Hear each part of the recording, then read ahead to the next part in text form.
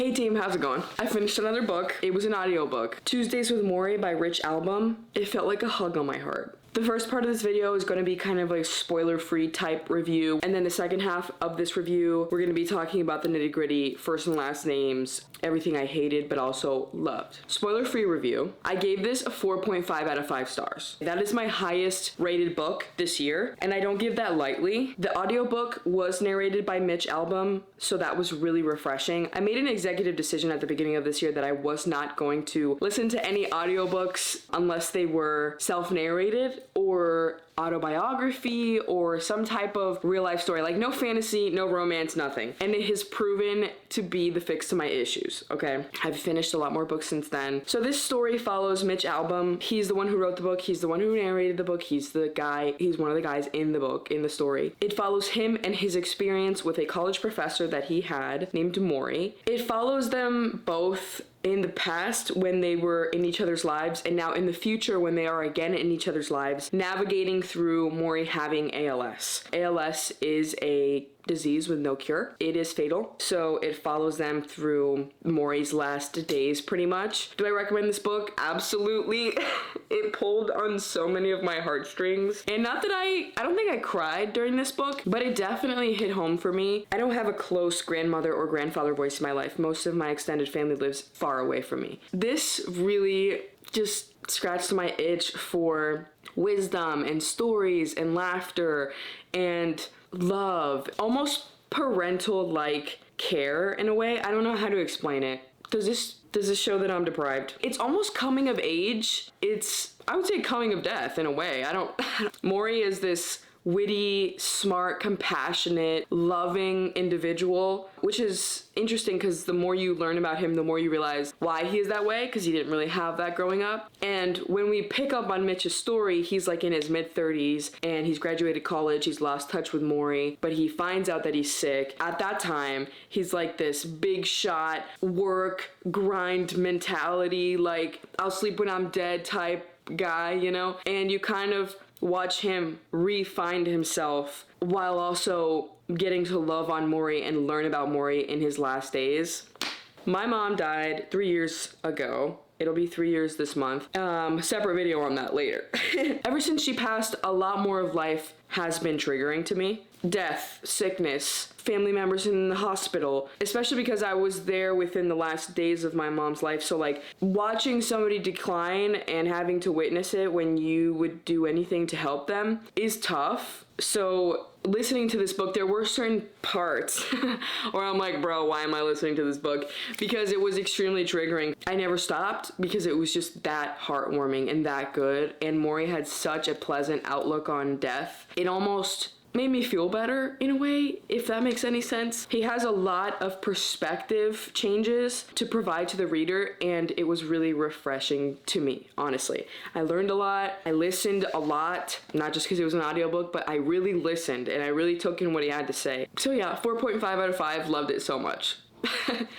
Would highly, highly, highly recommend. All right, now we're gonna go into the spoiler-free stuff where I'm gonna talk about the actual story, and this will ruin the book for you. Morrie dying hit me hard, okay?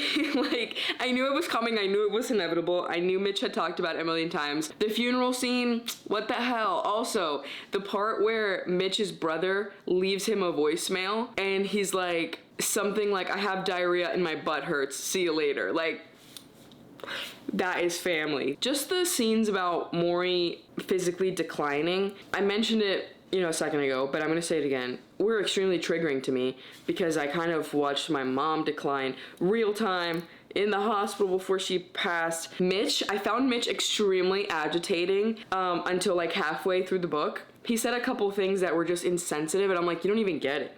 You don't even get it, bro. Like, you don't even get it. You've never had someone die in your life. You don't even get it. I found it kind of odd that nothing was said about Morrie's wife.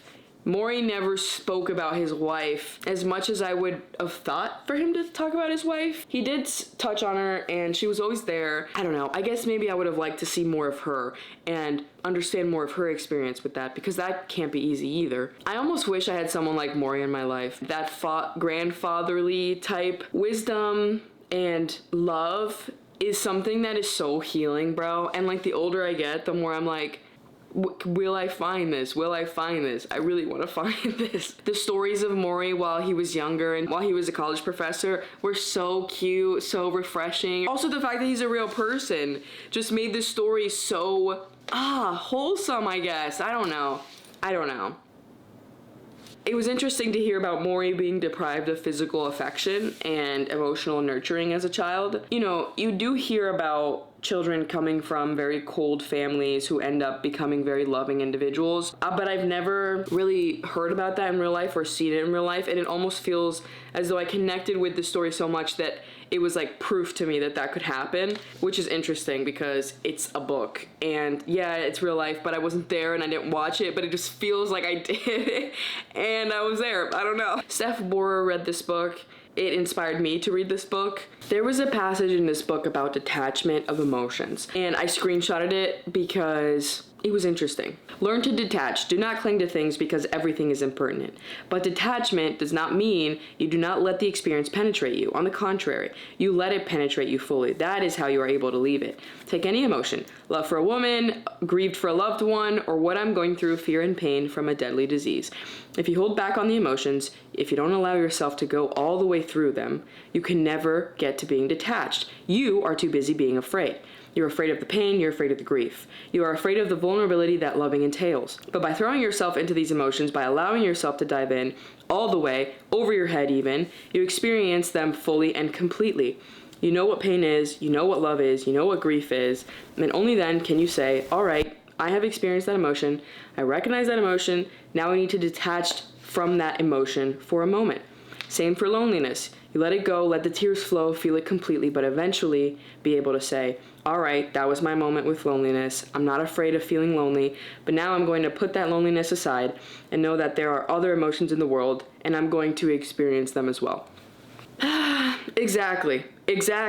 So that was awesome. Also, I loved the fact that we actually got to hear Morrie in the end, because Mitch did say he was bringing like a recorder to these sessions or their Tuesdays.